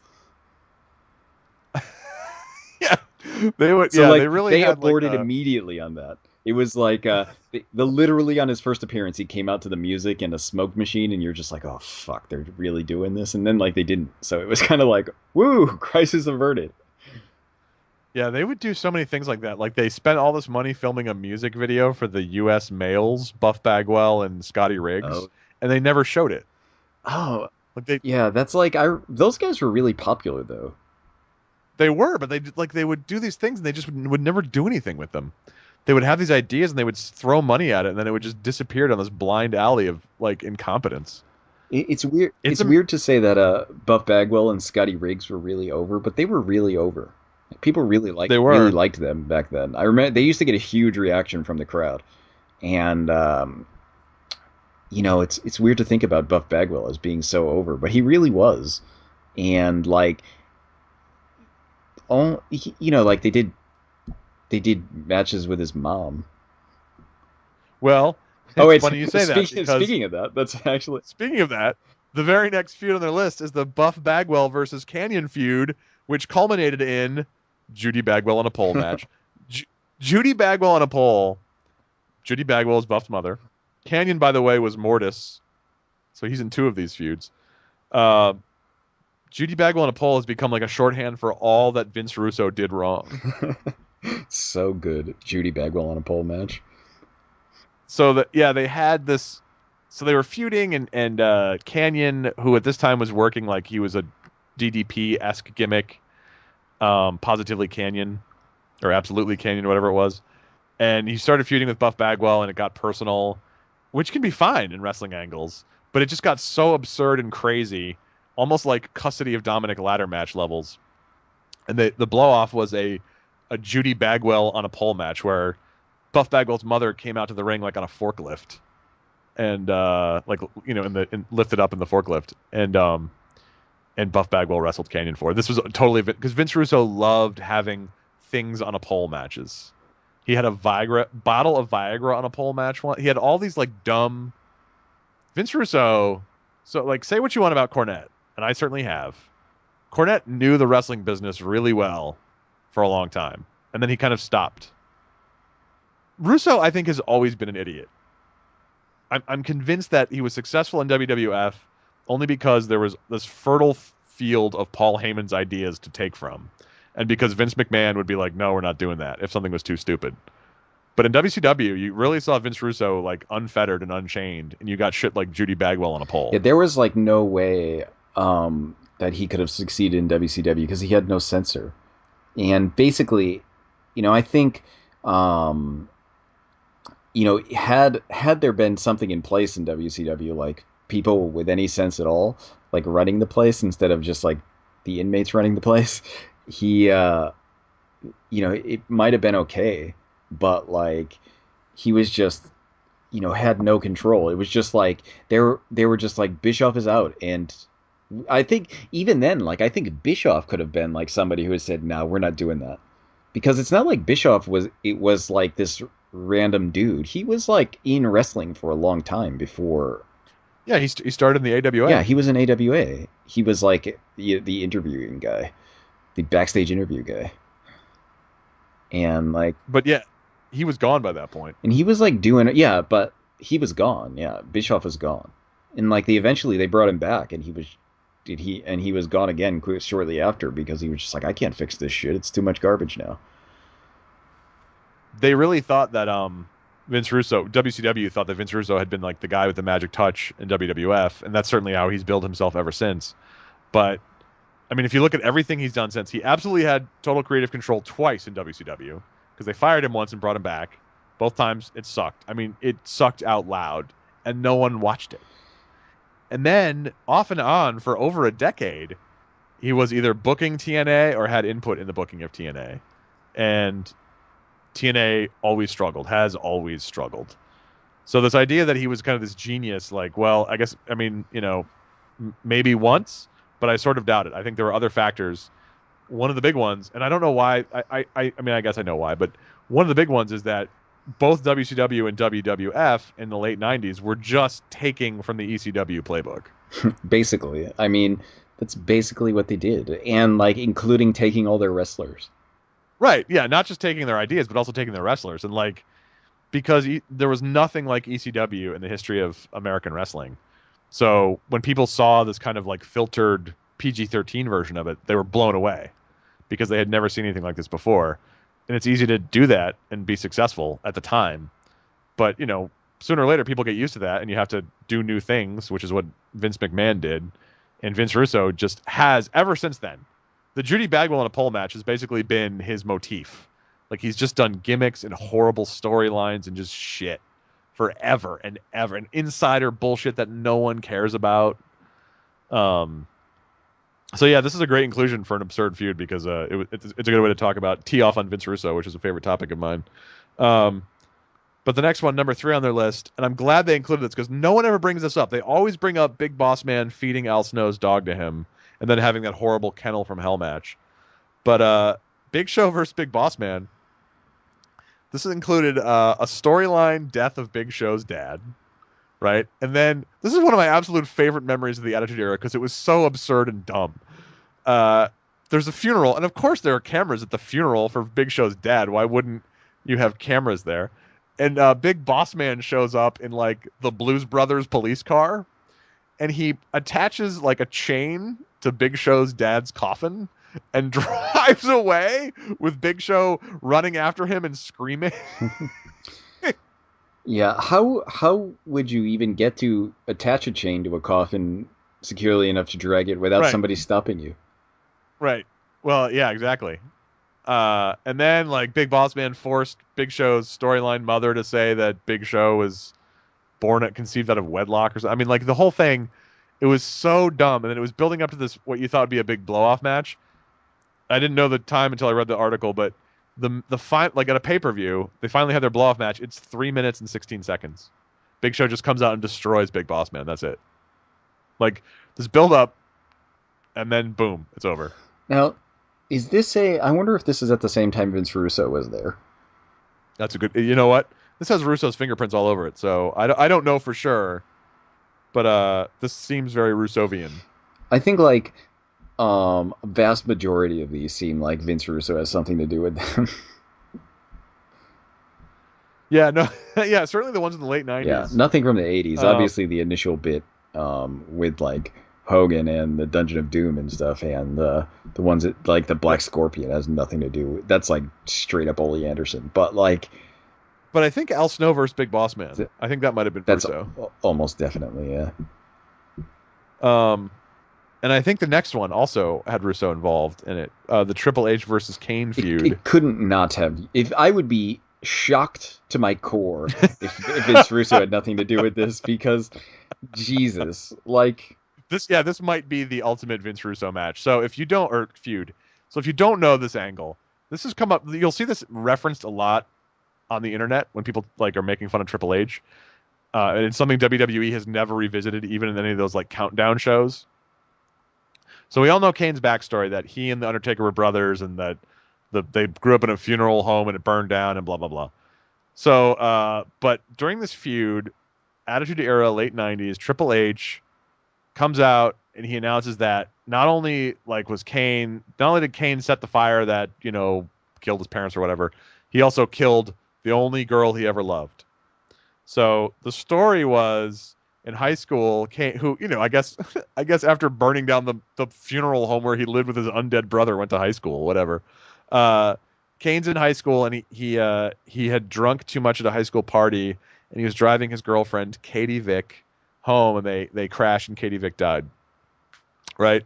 So that's now like questionable taste and everything, but it's not totally out of the ordinary for like kind of a Memphis-esque wrestling feud. But then Triple H reenacts the funeral of Katie Vick in a taped vignette where he comes out in a Kane mask and there's a mannequin in this coffin and he gets in the first of all he strips and then he gets in the coffin and he's humping the mannequin. And then at the end, he lifts up a handful of SpaghettiOs or pasta or something and says, "I just screwed her brains out." Great. I mean, it's absolutely one of the worst. And then, like, Kane has his own taped vignette where, like, there's a guy in a Triple H mask who's getting, like, sodomized. The whole thing, I mean, yeah, this has to be Vince Russo. If it's not Vince Russo, nothing makes sense to me anymore. It seems like it could only be Vince Russo. I mean, if it's not Vince Russo, who the hell would have wrote this? I know. Yeah. But it has so much of what made the Attitude Era bad. People are so nostalgic for the Attitude Era. People are wistful for it who weren't really around at the time, don't remember it. For all like the, you know, Angle, Benoit, Rock three-way matches and all this great stuff, there was so much garbage.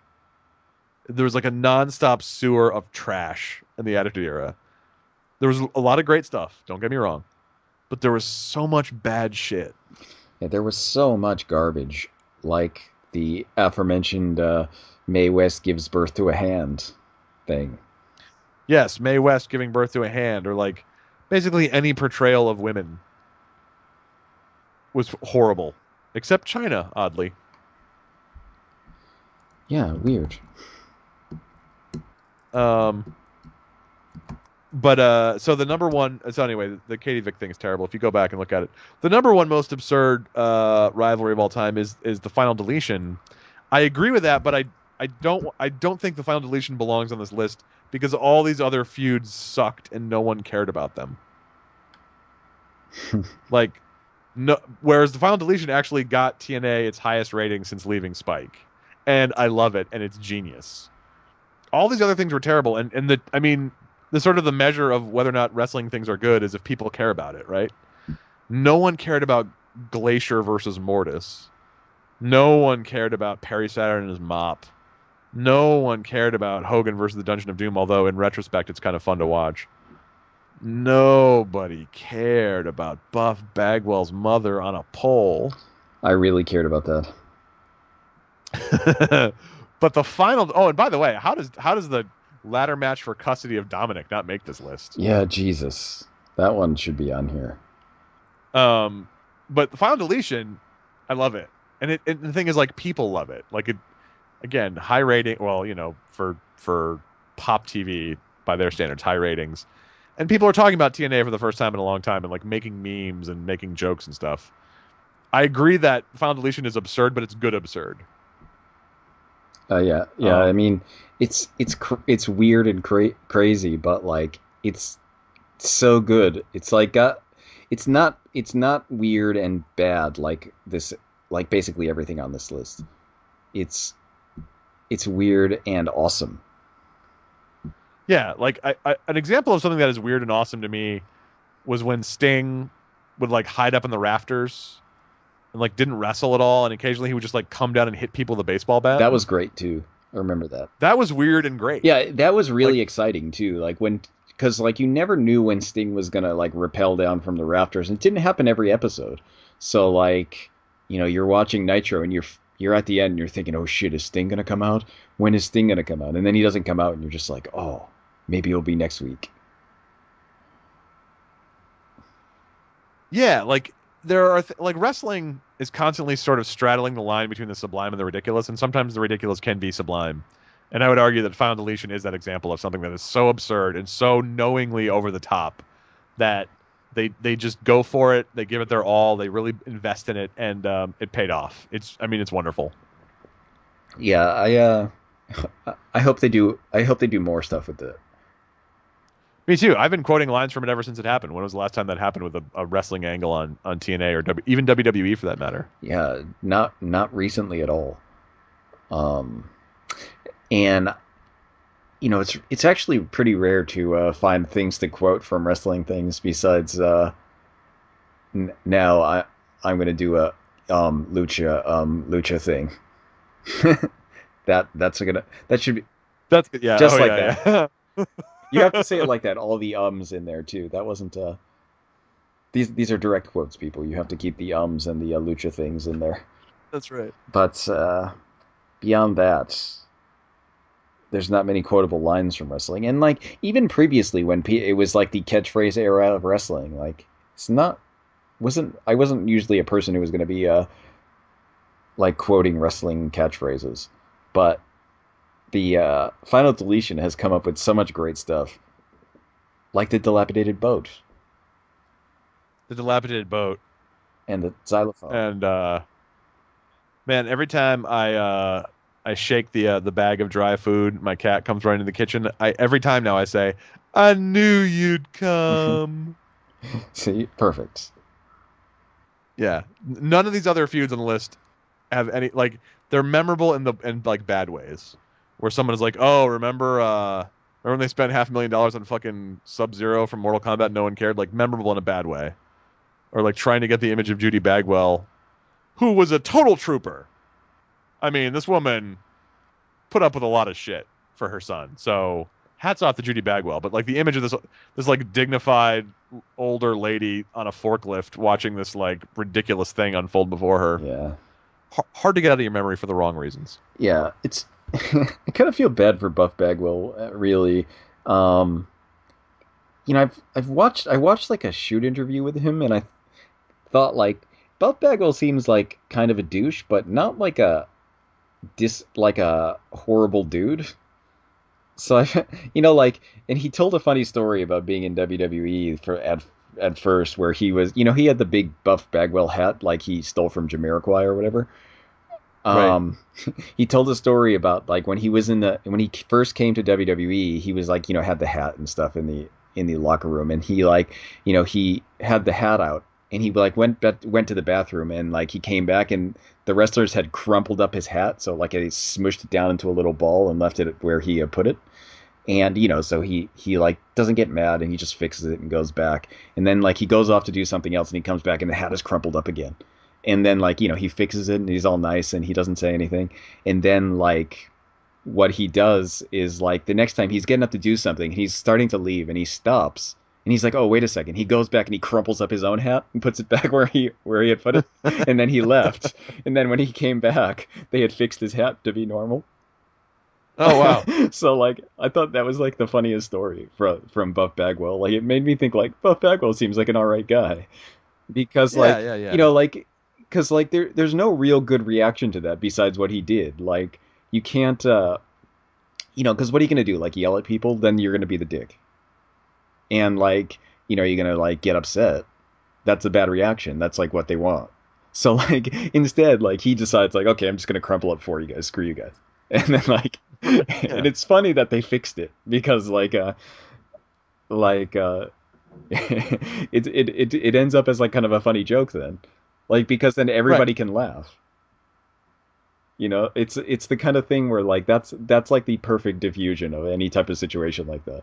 And I thought like, yeah, that makes me think like Buff Bagwell is an alright guy, but like and he got fired from WWE under apparently he blames Jim Ross exclusively. Yes. Um, but it makes it, like his side of the story actually kind of makes sense as to why he would blame Jim Ross, because like like they did kind of screw up a lot of stuff where like he was saying like, oh yeah, they had me and Booker T go out in a match and do a match in front of like the most hostile crowd to us, like in Seattle or something. And he's like, the next day we're in Atlanta. Like, why wouldn't you put us out in Atlanta, Right. where like it's the home of WCW? Like we would have gotten way way way over, and and then like he he got injured or something, or he was like he had like the flu or something, and like Jim Ross told him like, whatever, just take the next week off, like heal up the flu and come back. And so he didn't show up for a week, and then like they're calling him like, you just missed the whole week of shows, you're fired. And he was like, no, Jim Ross told me to take those days off because I was sick, and and like there wasn't anything I was supposed to be doing that was like major on TV. So he was like, yeah, just take it off. And then so he took it off and was fired, basically for missing shows. So Yeah, like, I mean, the company politics there seems pretty shady. yeah, and like at the time it makes sense because like suddenly there was like a million new dudes showing up. And Right. like basically anybody who was formerly in WCW was just getting destroyed on the card. If you remember that, like that was like the nightmare period where Triple H just was the champion forever and destroying everybody, even though nobody wanted him to win. Oh God, It yeah. was like when they had that build up where Triple H fought Booker T and then Booker T just lost for like the example of the worst booking ever. The whole invasion angle was so bungled from start to finish. Yeah, that was it was meant to be totally bungled because Vince wasn't going to let any WCW guy win. Like, what's the point of having an invasion if the invaders are too weak to win anything? Right, exactly. Yeah, they could have made so much money off that, but Vince's weird pettiness kept it from happening. Yeah, like imagine how good that could have been. Yeah, it's really weird. Like because like there were a bunch of guys that they could have used. I mean, admittedly, all the best guys had like these contracts where they were just going to get paid like $1 million to sit at home. Right, and WWE was not going to buy those contracts out. I totally understand that part, but they could have, with the guys they had, they could have done a lot better. Yeah, they. I mean, I'm not saying Buff Bagwell is a good wrestler or anything, but I think he's like mildly competent, and like he was pretty over in WCW. So like I don't see why they couldn't have used him. I mean, they just didn't want him basically, and that's fine. But like it's just an example because like the guys they did use even were like not used well. Like Booker T is the best example of that because he had that feud with Triple H where he just got destroyed, and they just like in and Booker again Triple H and Scott Steiner didn't work out because Triple H sandbagged him basically the entire match. Yeah, although Steiner by that point was sort of past Like his physically, I'd say like yeah, he's past his like being a great wrestler phase, but like he was still way over, and like even like other wrestlers looked at. I mean, I heard Lance Storm talk about it on like a podcast, like that Scott Steiner versus Triple H match, and he said, "Yeah, I went back and watched it. It really looks like Triple H is just messing up stuff on purpose." So like, um, their match was obviously terrible, but Lance Storm was saying like, yeah, it looks like he's doing it on purpose. So it's probably true. If there's any rumors that like Triple H didn't want Scott Steiner to succeed in WWE, like that's probably true. Like it's possible. so, That would have kept us from the spectacle of Scott Steiner, responsible restaurant owner. true, but like I'm not saying like he would have been like a source of great matches or anything, but he would have been a source of hilarity forever. I mean, he would have Yeah, been no, way that's over true. because he was like probably one of the most popular guys in WCW when it ended. Yeah, I think that's sure. And That's true. like regardless of that, like he was how old he was when WCW ended, like he was still like in phenomenal shape. Like obviously he was the genetic freak. He could not be in phenomenal shape. Right. Not so sure if the wellness policy, if that had been around back then, that might have ended the Yeah, that might have ended the genetic freak, but yeah.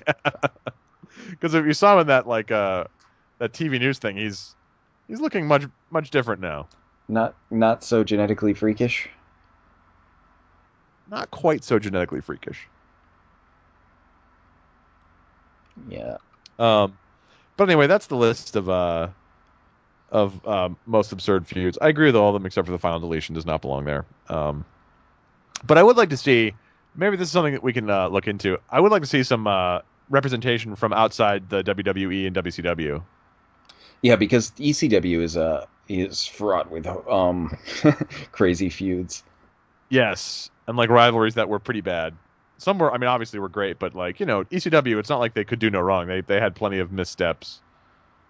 Um, and also the Indies. The Indies have had their share of ridiculous feuds. Yeah, I mean, you'd have to be really into wrestling to figure them out, though. That's true. Um, Speaking of feuds in the Indies, before we end our program, I want to talk about. I can't believe I didn't mention this at the top of the show. You're talking to a former DDT Pro Iron Man heavy metal weight champion. Who? Tom Breen? Me, me. I won the title on Sunday, along with 400 other people. So I went to see on Sunday. Mark and I went to see Women's Wrestling Revolution and Beyond Wrestling's American Run, their big show of the year. And Joey Ryan was there, and so going into the day, the storyline was Joey Ryan had lost his DDT Pro Iron Man title in a dream to Candice LeRae, and she was there too. So Joey was going to get his title back, and this is one of those like it has to be defended 24 hours a day. Yeah. Like, but because it's DDT Pro, like anything or anyone can win. Like it can change hands for any reason. So, it starts off like at the women's show, kind of predictably. Candice in her match comes out and is introduced. Joey in street clothes runs into the ring, rolls her up for the pin, gets it. And then later on, Mia Yim beats him for it. So just kind of like hardcore title stuff. And then like throughout the whole day, throughout both shows, like they would like weave in these new title changes. Like between matches, like Joey Ryan would just like run to the ring and pin some guy, or him and Shug D would go back and forth. It was a lot of fun.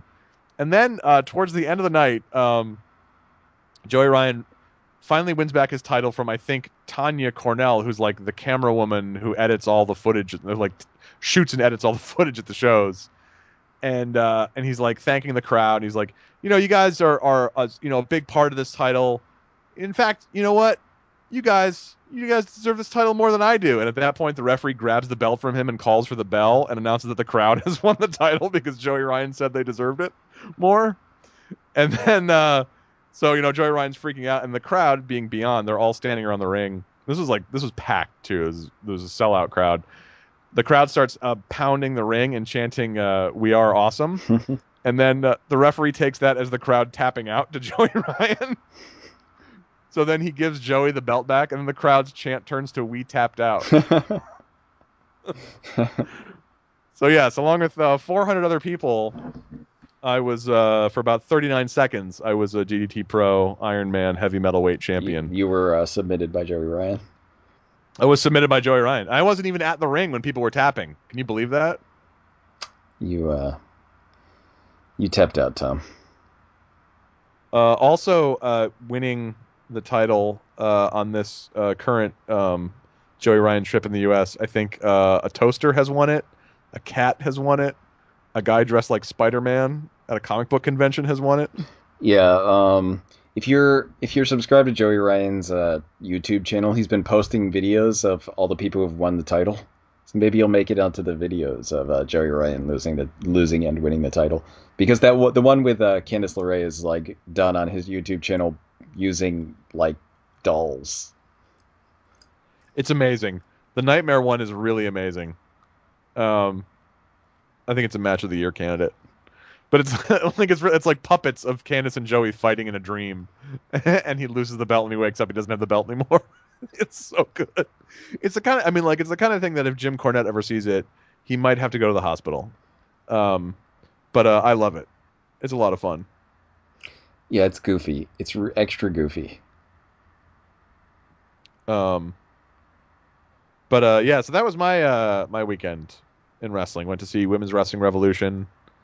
Went to see the American Rana. Last matches of Tommaso Ciampa and Johnny Gargano and Beyond Wrestling before they head off to NXT for good. Well, probably not for good, but for the foreseeable future. Forever. And it was pretty cool because So at some point in the first half of American Rana, like right at the end of the first half, right before intermission, somebody apparently spilled water in the soundboard and shorted it out totally. So there was no music, there was no microphone for the second half of the show, which could be terrible. But the crowd, which was hot all night, the crowd took it upon itself to like fill the gap. So the crowd would do the ring introductions for the wrestlers. And when Ciampa came out, the crowd started singing Psycho Killer like perfectly. Like they start like just like clapping in time to it. Like the music is not playing, but it's Providence. People know Psycho Killer. Um, so like the crowd just starts like clapping in time right before he comes out and like sang the lyric. It was so good. It was such a great wrestling moment. So much fun to be part of that crowd singing a cappella Psycho Killer for Ciampa one last time. Um, but yeah, so I had a good weekend, a good wrestling week. I finally got to see Mia Yim in person. How was that? Got to see her. That was great. She had a really good match. Got to meet her. She signed a 8x10 glossy for me because I'm supporting the Did she go boys. to the bar? No, she didn't. She did not. She wrestled Jordan Grace in the ring, and then Huffington Post ran a thing Monday, the day after, about her being a survivor of domestic violence. So that was inspiring to read that. And then Is this another Jerry Lawler story? no. This guy's some indie wrestler apparently. Um, but yeah. So I had a good weekend. Now I actually have a dilemma. I wanted to ask you about it. So August, um, I like Beyond Wrestling a lot, and they always run on the last Sunday of the month. They're running the last Sunday of the month in August, August 28th, and Tommy End is going to be there, who I've wanted to see for a while, and some of their regulars are going to be there. But I mean, their regulars are really good. It's like Chris Dickinson and Donovan Dijak and people like that. And but also on the 28th, I already have tickets to see Northeast Wrestling, which almost never runs on a Sunday, but for some reason they're doing it this time, and it's Jushin Liger. Oh. Well, okay. This depends because like you've seen Liger before, right? No? I've never seen Liger. Oh, you haven't. Well, Nope. I mean, you should go see Liger then. I feel like I should. Because, these other guys you're going to have a chance to see again, whereas Liger is old. Yeah, that's what I'm thinking. I'm thinking like this is like Liger could be on an extended leg of a farewell tour at this point. I mean, he's like 50. Yeah, and he was recently dropped on his head. Yeah, So, and he's gonna be so he's doing a bunch of shows for Northeast. He's doing a bunch of those minor league baseball park shows. But this show, the Sunday show, he's gonna be at this town hall in a rural town in Connecticut, and it seats like maybe 200 people.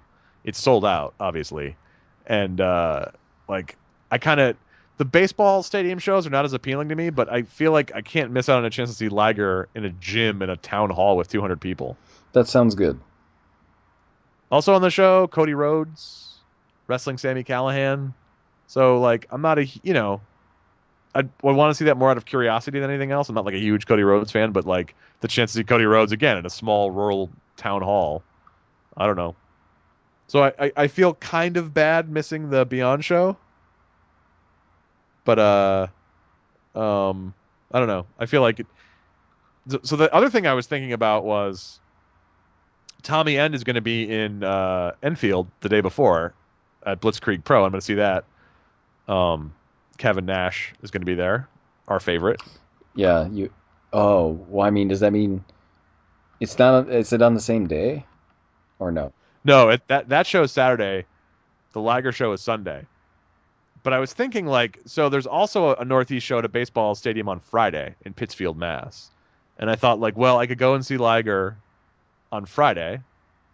I could go see Tommy End on Saturday, and I could go to Beyond on Sunday. But I don't know. I think I'll just go to Enfield on Saturday and Northeast on Sunday to see Liger. I That makes mean, sense. yeah, Beyond is every month, and like how many chances am I going to get to see Liger? Very few. All right, okay, good. You've You've shored up my confidence I'm doing the right thing. The Liger thing makes more sense. Just because he's old, the other guys you're going to be able to see again. They could be back next month in Beyond. You never know. Whereas No, that's true. They might be. Liger is not going to be back in a town hall next month. No. And I want to support Beyond and everything, but I feel like with Tommy End showing up, they'll sell it. The venue they're running their August show only holds 200, so I'm confident they'll sell out. All right, it's decided then. Also, by the way, Northeast at this Rural Town Hall in September, I also have tickets for this show. Ricochet is coming. That'll be good. Suddenly, Northeast is really stepping up their game and getting these top shelf indie guys. They're trying to take over Beyond Wrestling's title as the PWG of the Northeast. I know, it's getting a little tense. Getting a little tense. I'm a Beyond guy.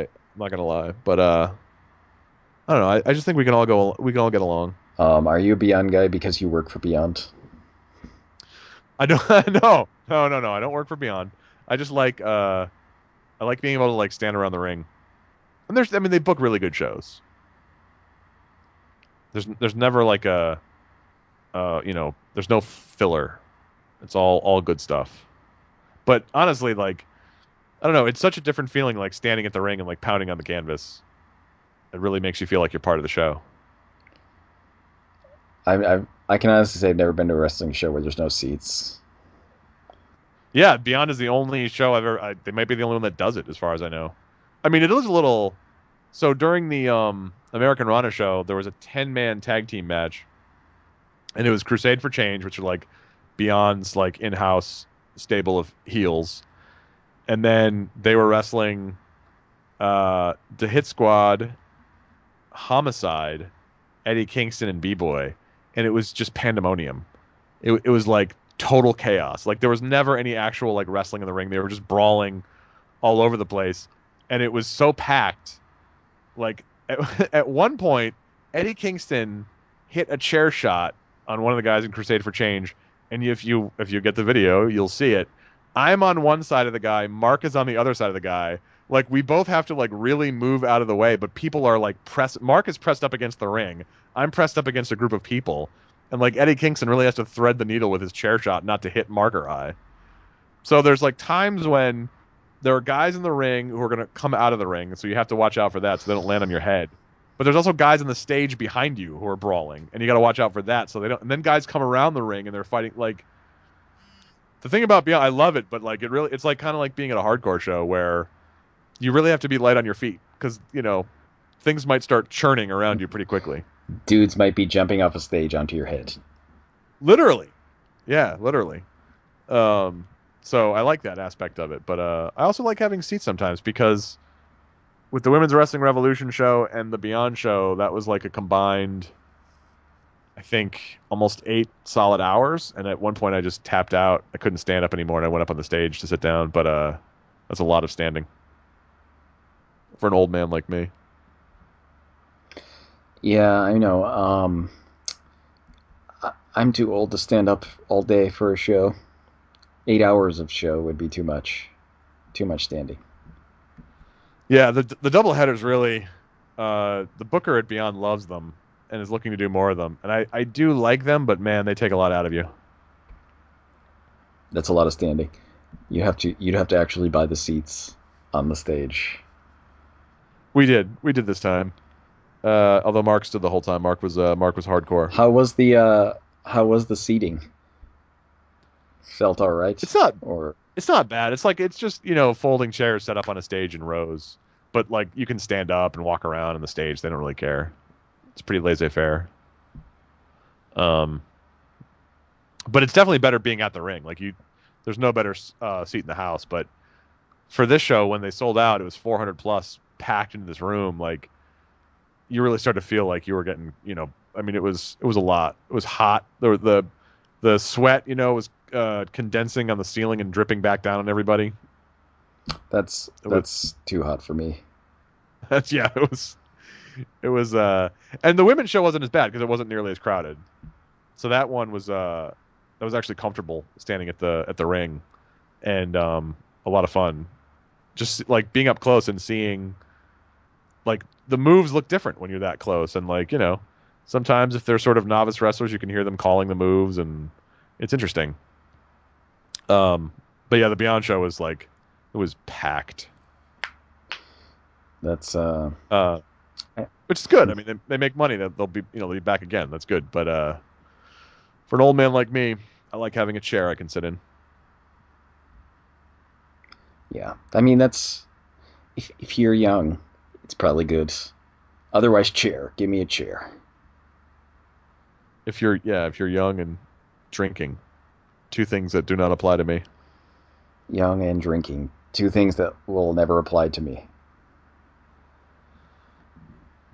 You can start drinking. I could never be young, though. No, you only get one shot at it. We did pretty well as young people, though. Like I have no regrets. Really? You think so, Tom? We didn't. I can think of a lot of things you should regret. Not me personally, but you. Yeah, no, I got nothing but regrets. Um, It's a world of regrets. Nothing but regrets, and instead I'm filling the hole with wrestling. Um, we've taken a dark turn, but we should probably wrap up now. Yeah, we don't have anything else to talk about today. No, but if you like this, thanks by the way to all the people who have like commented or tweeted at us or done any kind of interacting with us. It's fun. It's nice to know people are listening. And if you are listening and you want to, if you want more of this hot content, you can follow us on Twitter. I'm at TJ Breen. Ye- Joe is at xcornmuffinx. Or Tumblr is really your best bet because there's a lot of wrestling content on the old Tumblr at closetofanxiety.tumblr.com or hockeyginjoe.tumblr.com. In fact, I just posted a bunch of pictures that Mark took at American Rana and the women's show, which are really good pictures, so you should take a look. Yeah, so I think that's it. We'll be back next week with lots more excitement, lots more Raw. I can't believe it's August already. We're now counting down to SummerSlam. Counting down to SummerSlam. Feels like just a year ago that I was in the U.S. and we were also talking about SummerSlam, but we were in New York at the time. That's right. That's right. That was a lot of fun. We did not go to SummerSlam, though. No, we did not. We kept it independent or quasi-independent, I guess, and went to see Field of Honor. We did. Which was fun. We got to see all the top stars of New Japan Wrestling.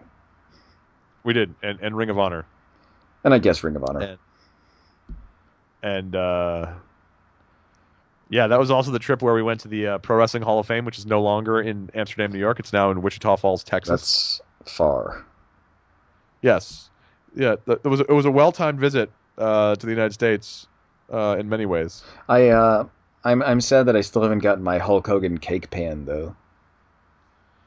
Man, Mark mentioned that the other day. I got to find one of those. Man, Hulk Hogan cake pan. I'm gonna go on eBay right now. Look, Do it. I can't buy anything from eBay. It's too much work for me because I'm international. But I can. That's right. But I'll look it up to see the huge cost of the Hulk Hogan cake pan. Hulk Hogan cake pan typed in. We're looking at the cost of about $20. about $20. So there's a surprisingly large amount of Hulk Hogan cake pans on. There are a lot of Hulk Hogan cake pans for sale, There. and you can actually get them for cheaper than 20. Yeah, I see one here for like 13 or something. That's One guy's selling it for 50. That's not going to happen, pal. yeah. Nobody wants your $50 Hulk Hogan cake pan. We can just go one spot below you and get it for like 14. Well, Christmas is coming, so act surprised. Yeah, if I would be much more inclined to make cake if I had a Hulk Hogan cake pan. Of course. This apparently the Hulk Hogan cake pan can also be used to make a Macho Man cake as well.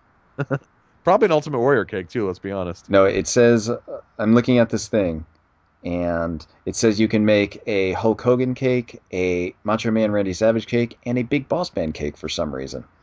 That doesn't make a damn bit of sense. No, it doesn't.